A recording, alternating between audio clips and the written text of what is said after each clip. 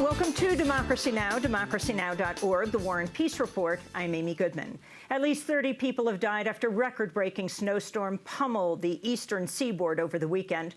In Washington, D.C., federal offices remain closed today. The House of Representatives has postponed all votes this week. At least 12,000 flights have been canceled. Snowstorm Jonas was the single biggest snowstorm on record for at least 6 locations across the East Coast, including Baltimore, Maryland, and Harrisburg, Pennsylvania. The highest total snowfall recorded was 42 inches, or 3.5 feet, in Glengarry, West Virginia. The Weather Channel's lead meteorologist, Michael Palmer, said, quote, "It's likely to go down as one of the most impressive blizzards we've seen on the eastern seaboard in recorded history." The record snowstorm in the United States comes as parts of Asia also experience record cold. Hong Kong experienced its coldest day in 60 years Sunday. Islands across Japan also experienced their most frigid days in decades, with one island, Amami Oshima, receiving snow for the first time in 115 years. In Vietnam, farmers are grappling with the coldest winter in more than 40 years. Vietnamese farmer Song Avang said the freezing weather is killing crops and livestock. Since I was born, I have never seen anything like this. This weather is badly affecting our society and my family's economy. We are all in a difficult situation because our cattle, pigs, chickens, and farm are all dying. They all die in from the cold. France, President François Hollande plans to ask Parliament to extend the state of emergency for another 3 months. The emergency measures were approved following the November 13th attacks in Paris, giving Hollande a sweeping expansion of state powers, including measures that permit police raids without a warrant and allow the government to strip citizenship from dual passport holders convicted of terrorism. French police have conducted thousands of raids since the state of emergency began. It was slated to expire Tuesday, but an official statement released Friday says Hollande will seek a 3-month extension.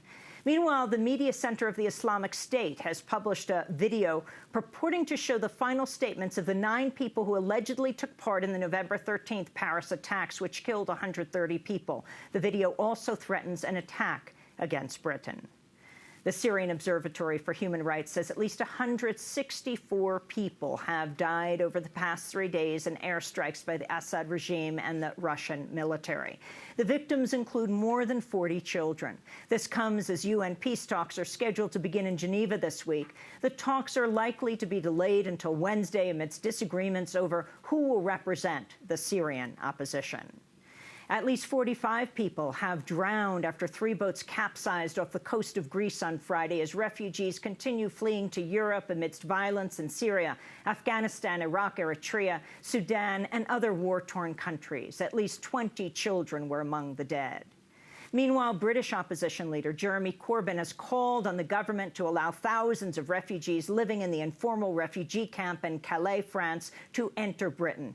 This comes as Corbyn visited the camp Saturday to meet with refugees. Thousands of pro-refugee demonstrators rallied in the town of Calais to coincide with Corbyn's visit. The demonstration ended with police spraying tear gas and water cannons at some refugees who attempted to board a ship bound for Britain. This comes as violence in the Calais refugee camp intensifies. It's the largest refugee camp in France. Syrian refugee Majid said attacks by French fascists have increased in recent weeks. There is so much violence from the police and from the fascists. If you went to the hospital, you will see a lot of people have been injured because of the police and the fascists. Some really serious injured. I mean, they need operations, and some people could die, some refugees could die, and the hospital is full of refugees now. To see our full interview with Majid, as well as other refugees in Calais when Democracy Now! Went to the refugee camp, you can go to our website at democracynow.org. Also to see our full interview with British opposition leader Jeremy Corbyn. In Haiti, massive street protests continue as residents demand the ouster of President Michel Martelly. This comes after protests succeeded in postponing Sunday's presidential runoff vote in a race mired in fraud. The runoff vote was slated to feature only one candidate, President Martelly's handpicked successor, Jovenel Moïse, after his competitor, Jude Celestin, boycotted the election. The United States has been criticized for supporting the disputed October elections. In the Israeli-occupied West Bank, residents gathered for the funeral of a 13-year-old Palestinian girl shot dead by Israeli security guards Saturday. Israeli police say Rakaya Eid Abu Eid was killed after she tried to stab an Israeli guard at a Jewish-only settlement, Anatot.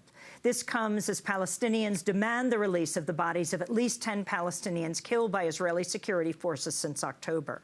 On Thursday, families staged a symbolic funeral carrying empty coffins on a march to the United Nations headquarters in the West Bank city of Ramallah, demanding the Israeli government return the bodies of Palestinians held in Israeli morgues.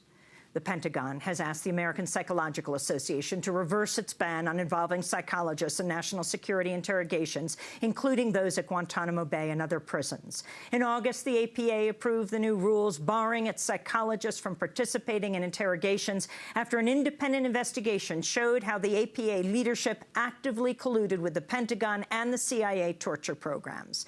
In a letter and memo, the Pentagon asked the APA, which is the largest professional organization for psychologists in the world, to reconsider their decision.